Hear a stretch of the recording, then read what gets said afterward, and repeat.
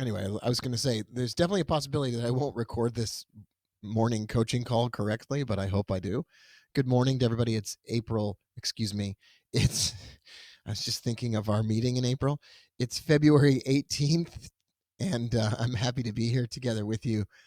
In about 8 minutes, Sony is going to open $2.80 lower, which is crazy. That means Sony's going to open all the way down at the monthly pivot, which I got to tell you, that's that's pretty awesome. Now we can really try to press this, and we can try to hold this on for a really extended trend. And you can see Sony will trend a significant distance. And you'll see here it the last time it trended lower, it went down like from $60 down. I mean, it went down like $20. That's a pretty substantial move. Um, so Richard said, "How do I know Sony's going to open lower?" Well, first of all, in TradingView, you can see the pre-market price down here in the lower right. So where my red circle is right here. You can also look at pre-market pricing on most financial websites. So CNBC would quote that, and other financial websites would quote that as well. Yeah, so the indicators should be now available on TradingView. I'm hearing from some people that they have popped up and they are available. So that's good news. I'm not sure if you can see them. I'm not sure if you're finding them, but hopefully you are. So in about 8 minutes, 7 minutes, Sony's going to open lower, and we're going to see where that leaves our profit or loss on the July $70 put. So I have a few words to say about this. I talked to a friend the other day with whom I plan trades from time to time, and my friend did not take this trade. And he said, well, I just didn't, I like Sony as a company, and I didn't want to take the trade. And even though we had talked about it together, and, there is this element in this business of, I wouldn't call it self-sabotage necessarily, but where we can become our own worst enemies. We can take the trade that doesn't work and not take the trade that does work, and we can overthink things. And that's why I just think if you're brand new to taking a lot of profit on a regular basis, don't be afraid to open a trade with a small trade size and just take it. Don't be afraid to give trades a chance, and don't overthink them. Make sure that you're giving the setup the benefit of the doubt, so to speak. Okay. Good to see you all here. Excellent. Yeah, so I have had my definite fair share of taking exactly the wrong trade out of two trades. So as we get started here, and as the market's just about to open, I have some ideas, I have some plans, I have some things that I want to talk about today. Sony's going to open lower. Johnson Controls is probably going to open near the highest point it's been, and I am going to talk a little bit about why both of those trades deserve to be given the room to trend. So we'll talk about that. We'll talk about every other current open trade that you have or I have, including some of these that you have requested. PAAS, the Australian dollar, the British pound, the euro. We'll look at the magic formula investing list. We'll look at the 57,000K list. I'm going to talk about the 200. And don't forget, our open office is coming April 9th and 10th in the Woodlands, Texas.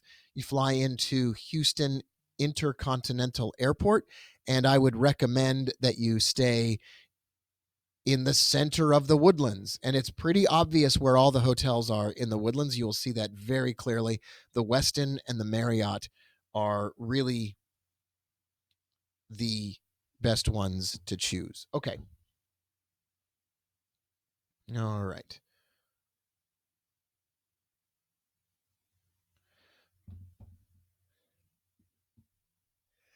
All right. I'm very excited to see some other charts that you request. Can we look at ticker BB? Oh, BlackBerry. Oh, sure. I'm always interested in BlackBerry. I have really great memories of having a BlackBerry. Just really, really great memories. That was my probably my favorite phone ever. I actually keep my old BlackBerry in a fake book. So I have this book that you open the book and it's been cut out, and I still keep my old BlackBerry inside of that fake book. Okay. So we're going to talk about every single one of the trades. I want to see where everything opens before we really get started. And but you can see here were my open trades as of February 13th. Sony, Johnson Controls, Verizon, VBTX, Home, EWI, which is just really bad, and UVXY, which was negative on Friday, and which I gave on Friday for a while. It went back under $1,000 loss, meaning I was down like 900 or whatever. So I kept it open another day, and if you closed it, we're going to get another chance. I'm going to have to close this trade. Once again, I have to close this trade again if this doesn't improve, because now today, I don't know where this is going to open, but we're going to take a really good look at that one. I've got a whole bunch of stock trades as well. And, we already know which one those are, like Drive Shack, which I'm thrilled to be in, NLS, which isn't looking really that bad, actually, GTE, which it seems kind of like the bullishness and all of the signals on this came like months ago, and I'm wondering, gosh, is this an idiotic trade? Although it's an insider trade and it needs more time. ONTX, love this trade, not getting out of this trade. We've talked about this before. I encouraged some of you, if you chose to take some profit on this one, but because it's a really low priced stock, I didn't want to jump out of this and change the price for anybody else. So I'm still in my full position on that trade. Oh wow, look at that. Gold's going to open higher. Interesting. It's kind of a risk off day, I think. Risk off day means the stock markets of the world might open lower. There's a lot of fears about this, the virus and all that other stuff. So a lot of fear. Oh, Wendy still has a BlackBerry. Oh, that's really cool. That's really, really cool. That's super awesome. Sue, congratulations on taking some profit on ONTX. Anybody here that took some profit on ONTX, you definitely want to congratulate yourself, because that's a trade that made some money. And we're going to be really happy every time you make money. And we're going to take a lot of trades that make money. And so every single time we do it, I want to just make sure you give yourself a giant pat on the back. And I really want you to congratulate yourself. You once you take that money, no one can take that away from you. You took a profitable trade. No one can take that experience away, and you have it forever. And you have a memory of having done the right thing at the right time. And I just love that. It makes me so happy. And all right, we're just about to see how things open up here this morning. And the one I really want to look at, of course, as we talked about, is Sony. So let's just look at Sony as the market opens. It drops right down to, you can barely see the candle. It drops to the monthly pivot. And I want to jump over here and I want to see, that's pretty hilarious. It says the put is trading for 1 penny. That's just the initial market open craziness. That is not correct. And you can see the pricing is going to be really weird, and it's going to change as we watch the market open. And it just takes a minute for things to settle down.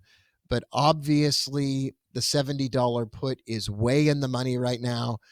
It's obviously not going to open at 1 penny and be an $858 loss. That's preposterous. That's not actually the case.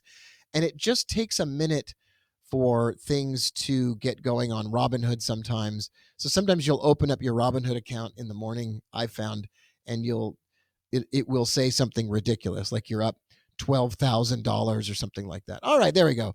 So it's up to $5.45. It's a $230 profit right now. So I didn't trade a lot of contracts here. But I bought a lot of time on this. And so the question is, what am I going to do? Am I going to let Sony run? Because if I do, what's going to happen is it's going to drop down, then it's going to come back up, and then it's going to drop down again. Even if this is a trend. If this is a trend, it's no matter if it's bullish or bearish, right? The trend's going to drop down, it's going to jump back up and scare me, and then it's going to drop back down again. Now, I bought enough time to let this happen. And we definitely took a trade against the trend. But it's now making lower lows. And if it jumps back up here, excuse me, and it makes lower highs, then we really know that we've done the right thing. I have to start training myself in front of you to do exactly the right thing. And exactly the right thing here is to not be afraid of a position that is going the correct direction. Why in the world would I want to close a trade that is going the right way? That seems like the dumbest thing that could I ever do in my life. So let's take a look next at Johnson Controls. Johnson Controls, it reached a missed pivot level. It's on the way up to this weekly pivot up here, and it looks like it might start trending higher again.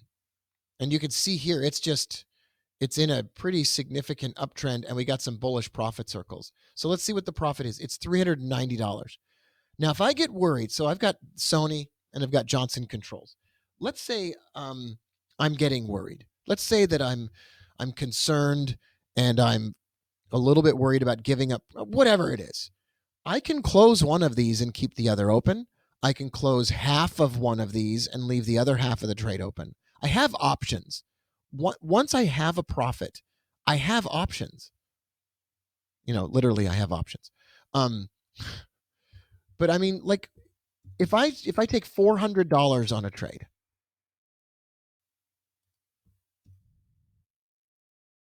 definitely not a mistake.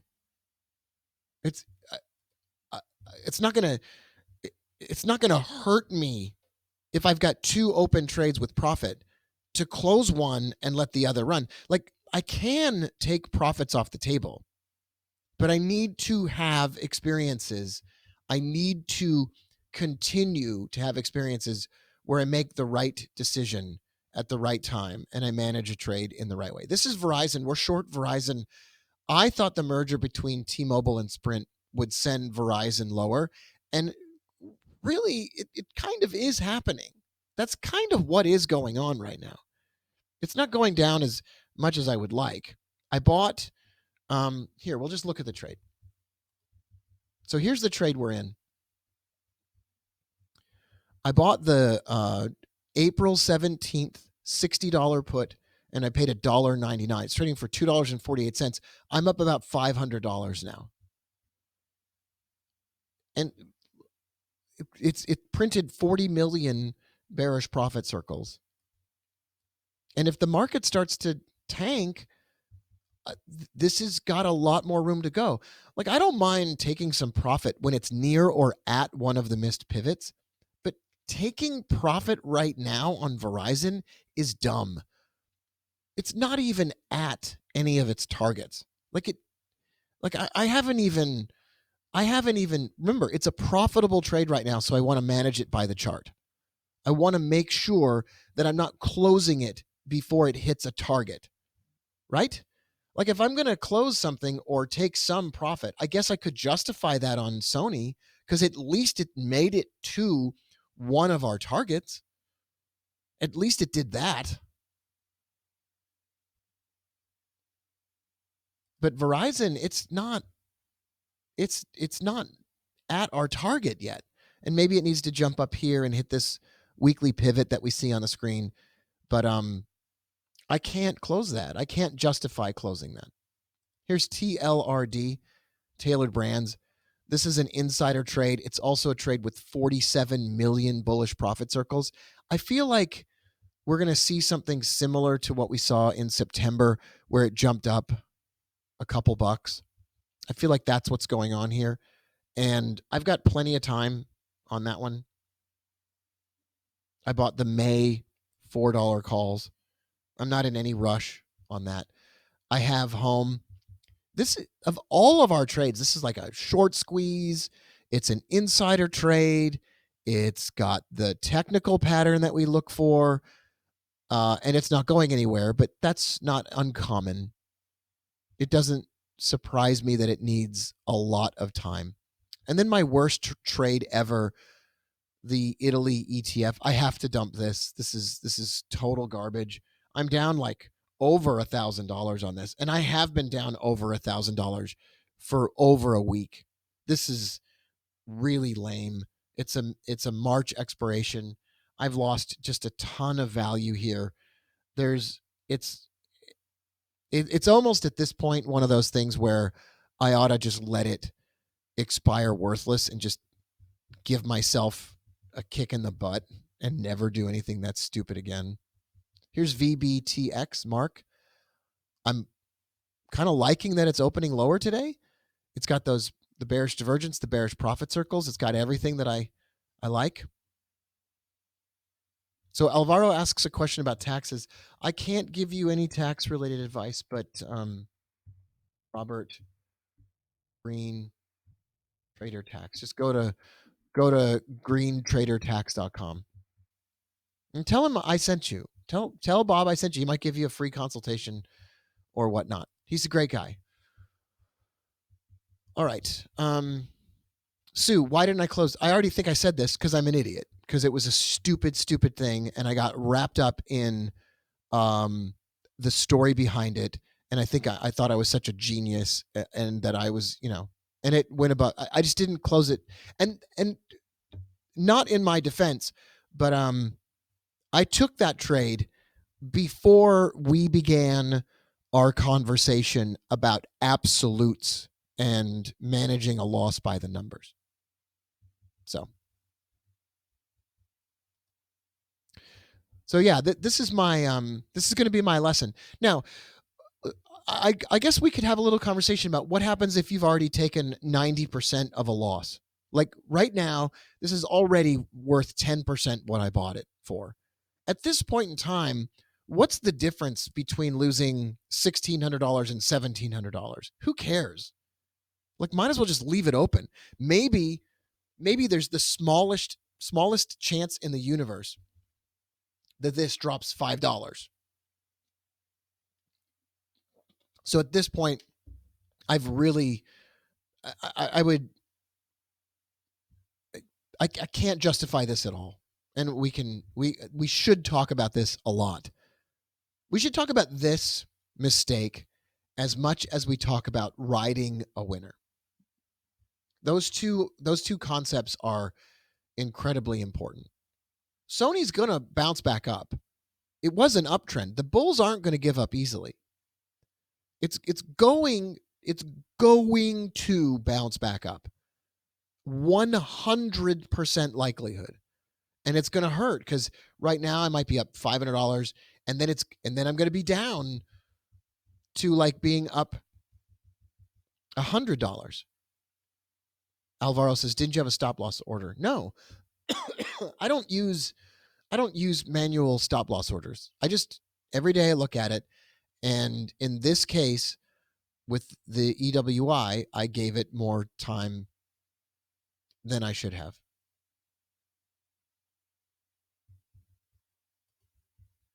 Yeah, it's just stupid. Once again, I'm not going to lose any. Remember, everyone, I'm not going to lose more than my acceptable loss.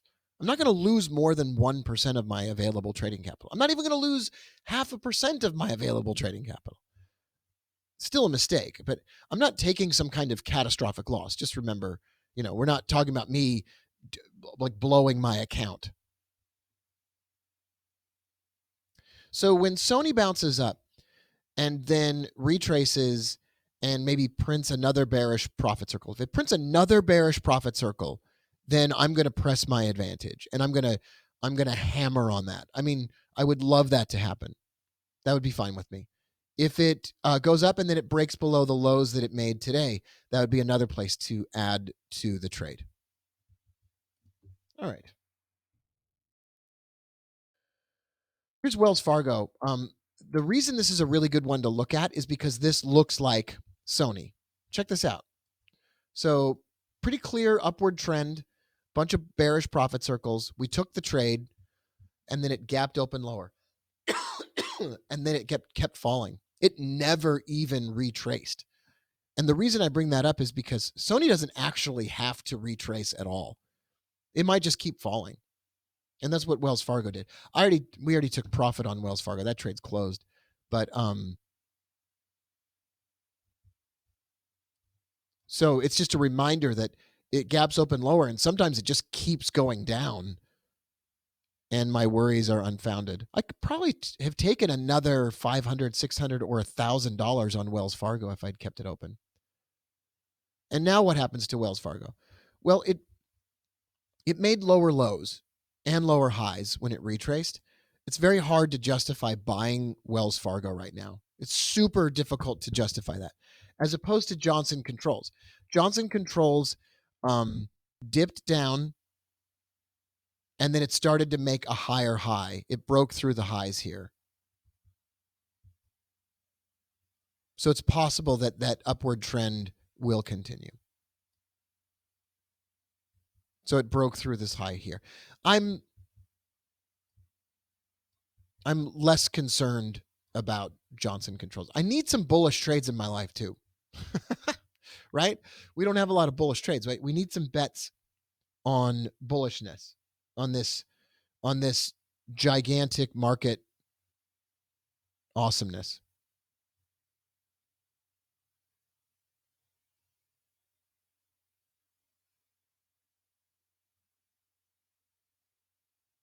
So we need some of that. And we have a bullish trade on TLRD and Home. I like those. I'm glad to be in those trades.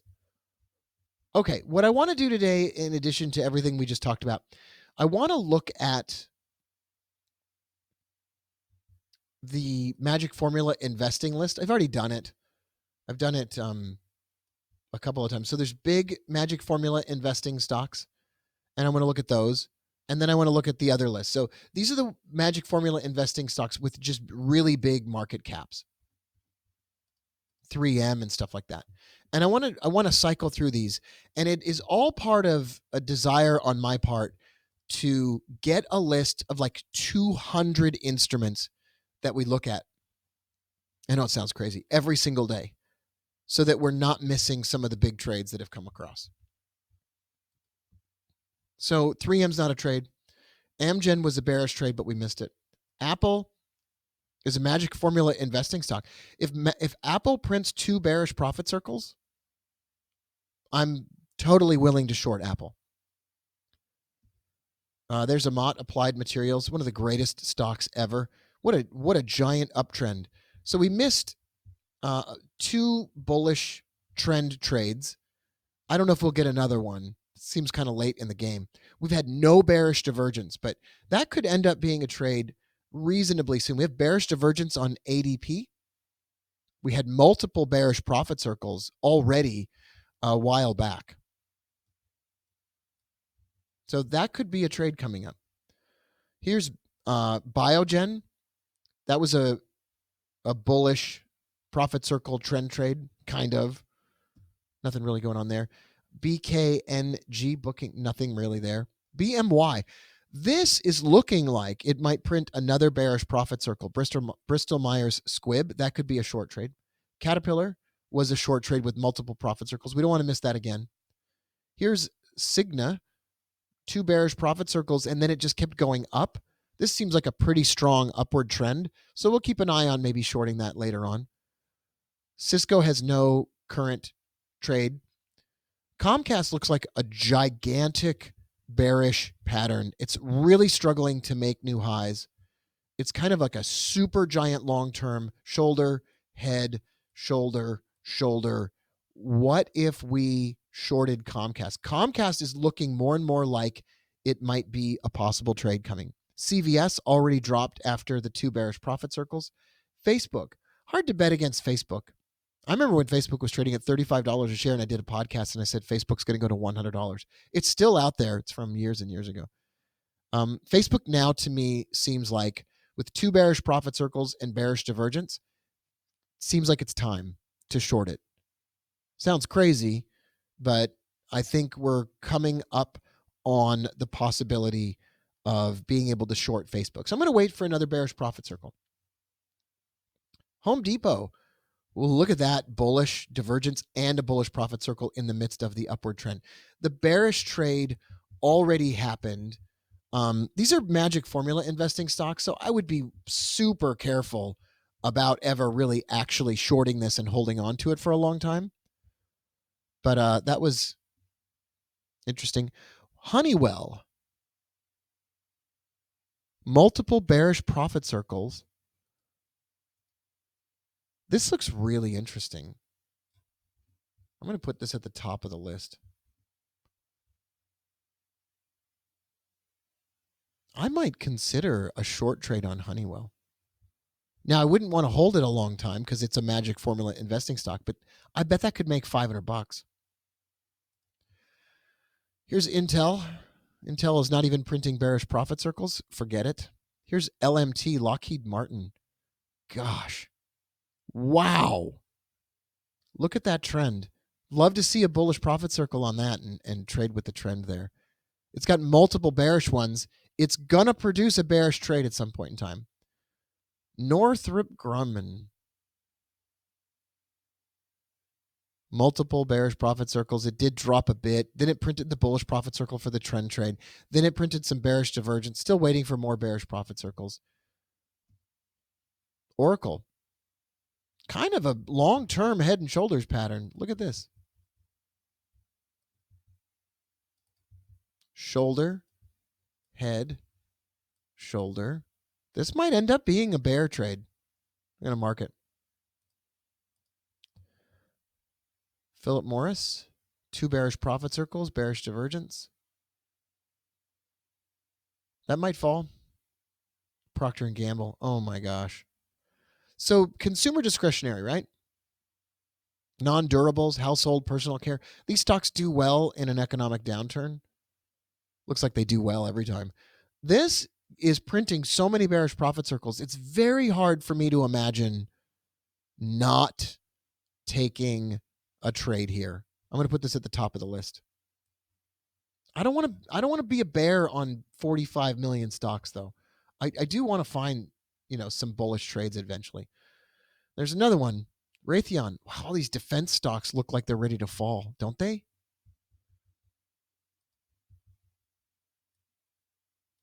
Like if Bernie Sanders gets the nomination, don't you 100% understand that these defense stocks would drop pretty significantly? Texas Instruments. It's got a bunch of bearish profit circles and some divergence. United Technologies. Whoa, multiple bearish profit circles. There's Verizon. So it's probably going to get down to those pivots. I wouldn't hold it forever, right? It's a magic formula investing stock. I wouldn't hold this for some giant trend trade. Look at Visa. Holy smokes. That's not even printing bearish divergence or bearish profit circles. But look at that bullish trend trade. That would have been amazing. VMware, interesting company. No real trade here. And that's it. So we're going to do a lot more of that. We're going to do a lot more of scanning and setting up. Like a ton more of that over the course of the next weeks. I love it when some of you call me Bob. My name's not Bob. That's not my name. I've never been known as Bob. I just find that interesting. I wouldn't answer to that. I mean, I wouldn't even turn my head. I know it's similar to my name, and I know that my name is William Robert Booker. So I know that you can say Robert is Bob. I know that. That's my dad. That's not me. I mean, I would never answer. I just think it's funny. I'm not criticizing you. I'm just saying. Well, you guys, it makes me laugh when you call me Bob. Like where did that happen? Like where along what, anyway.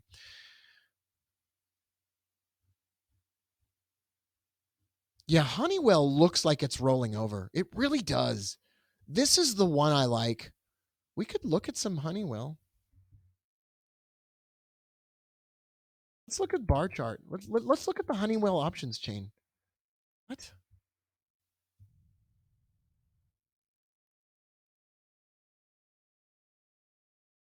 We'll look at the FX market. Don't worry. We'll look at every single FX chart. Definitely want to go out to June. It's trading at $180 right now. So got a 1,500 contracts of open interest on the 175 put. That's trading with a reasonably tight spread. I like the 175 June puts. Anything else out there looking? Oh, geez, September's a long way out. I wouldn't trade a September one. I'm not going to trade a March one. That's too close. But there's a bunch of those. Yeah, I don't know. Well, I guess you could get down pretty far within a. You can get down a few dollars. I would still go for the June one.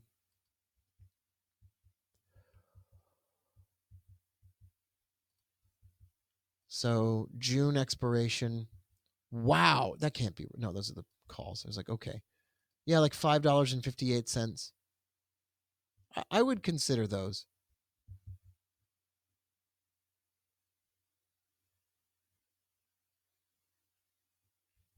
You can call me the Rock also. Since I started working out.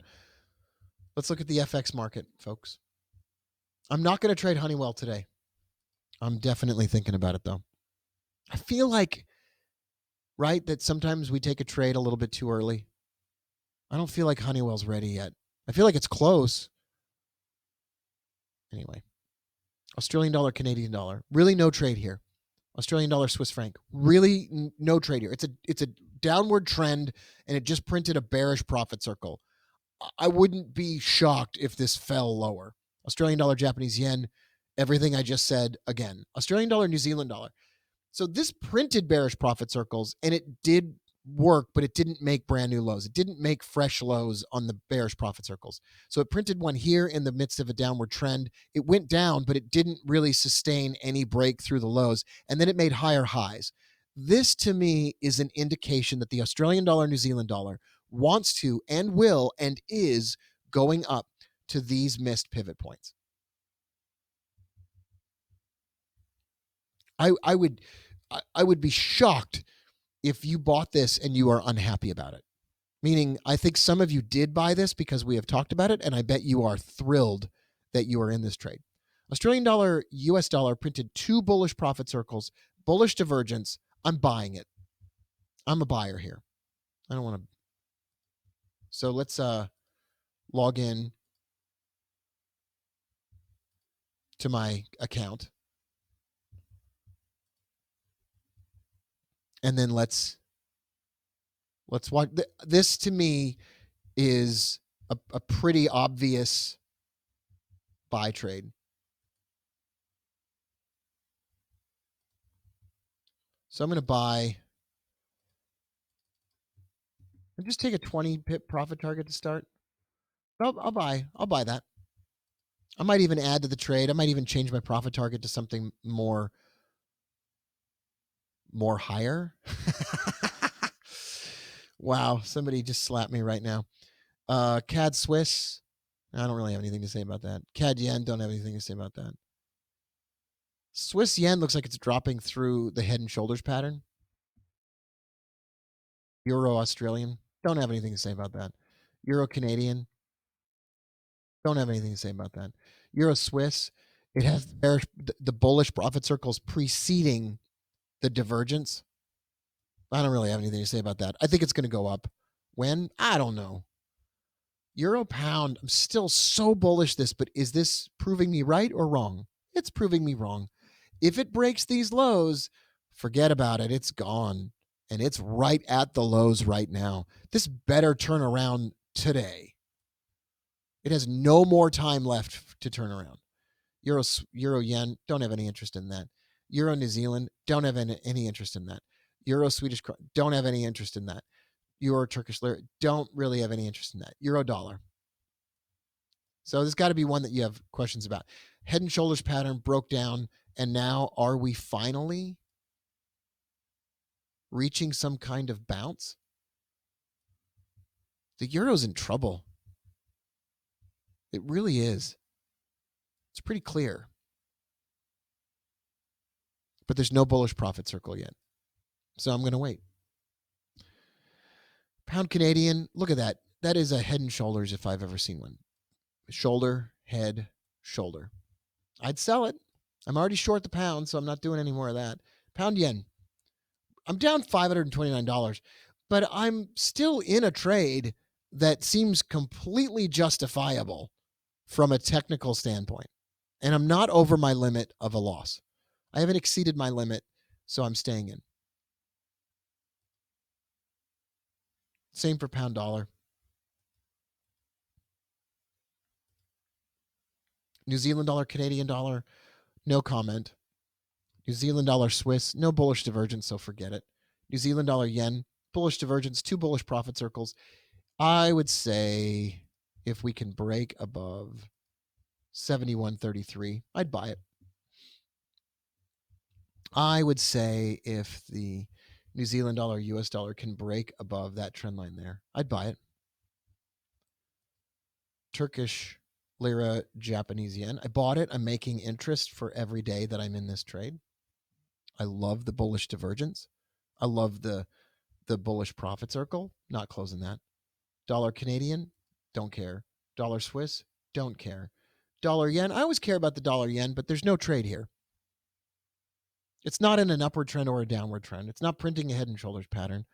It doesn't have divergence in a profit circle. Forget it. Dollar Mexican peso looks super bullish if it breaks above that trend line. And that's all I have to say. That's everything. Whoops, I just almost knocked my microphone over. Okay. I think we're on the same page. I think we're doing well. So tomorrow and Thursday, Scott Welsh will be here. So Warwick, yeah, I'm saying I'm bullish the Australian dollar. And I would sell the pound New Zealand off the high for sure. Yeah, for sure, Ali. Yeah. I mean, listen, I'm getting now to the point where I seem like I'm fanatical about a single directional trade on the pound. And I'm beginning to sound overconfident, and I'm beginning to be proven like day after day after day after day. I'm not being proven wrong. It's just not going anywhere. The FX market is dead. Like, it's just not going anywhere.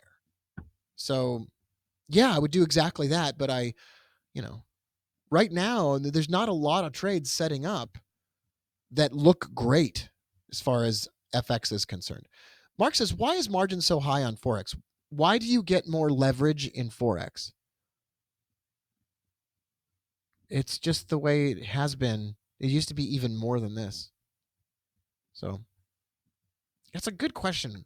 Why do they give you more margin in Forex than they do on other products? It's kind of like it entered in an unregulated atmosphere and no one caught it.